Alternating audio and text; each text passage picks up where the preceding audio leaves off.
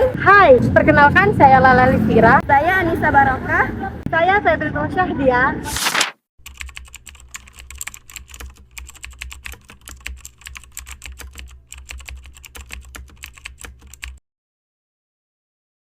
Penggunaan plastik yang makin masif tak dibarengi.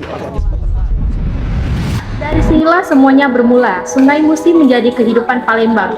Airnya pernah jadi saksi kejayaan Sriwijaya, menjadi jalur perdagangan dan sumber air, dan menjadi tempat pencarian nafkah bagi ribuan keluarga. Namun kini cerita Musi tak lagi sama. Airnya bertambah keruh dan kecoklatan. Dulu ikan seperti ikan baung, ikan patin, dan ikan belida mudah didapat. Sekarang hasil tangkapan nelayan menurun drastis hingga lebih dari 60% dalam 10 tahun terakhir. Dari data Dinas Perikanan Sumatera Selatan pada tahun 2023, populasi ikan di Sungai Musi semakin menurun akibat karena pencemaran limbah dan aktivitas manusia. Setiap hari Sungai Musi menanggung beban berat dari hulu ke hilir. Ia harus menelan limbah rumah tangga, limbah cair industri, hingga tumpahan batu bara. Pengangkut pasir mengikis dasar sungai, mengubah arus alami, dan menimbulkan abrasi di bantaran. Dinas Lingkungan Hidup Sumatera Selatan mencatat 50% sampah di Palembang berakhir di aliran Sungai Musi. Aktivitas batubara menyebabkan penurunan kualitas air dari kategori baik ke tercemar ringan. Sedimentasi meningkat hingga 3 kali lipat dalam 1 dekade terakhir. Seolah belum cukup, krisis iklim memperparah segalanya. Ketika hujan turun, air pun menaik dan menenggelamkan rumah warga.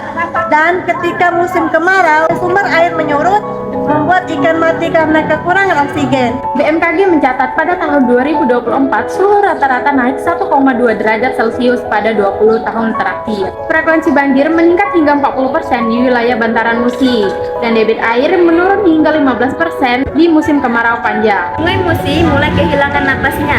Ikan yang dulu berlimpah sekarang makin jarang ditemukan. Dalam 10 tahun terakhir, tangkapan hasil nelayan menurun hingga 60%. Aktivitas batubara, limbah industri, dan sampah rumah tangga mencemari air setiap hari. Plastik di sungai tidak berhenti di Musi saja. Saat sungai mengalir ke laut, sampah pun ikut terbawa. Dari laut Indonesia dia menyebar ke Samudra Hindia dan ke kawasan lainnya.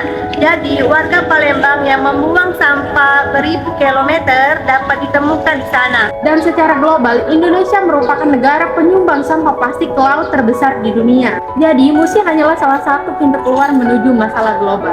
Mereka bukan hanya kehilangan penghasilan, tetapi mereka kehilangan bagian dari hidup yang sudah diwariskan turun-menurun.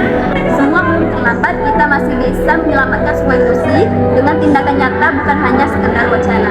Membuang sampah plastik, menanam pohon di bantaran sungai, hingga menekankan pencemaran industri dan pertambangan. Sungai Musi bukan sekedar air yang mengalir, ia adalah kehidupan, identitas, dan warisan Palembang. Kalau kita diam hari ini, mungkin besok tidak ada lagi cerita tentang Sungai Musi yang bisa kita wariskan.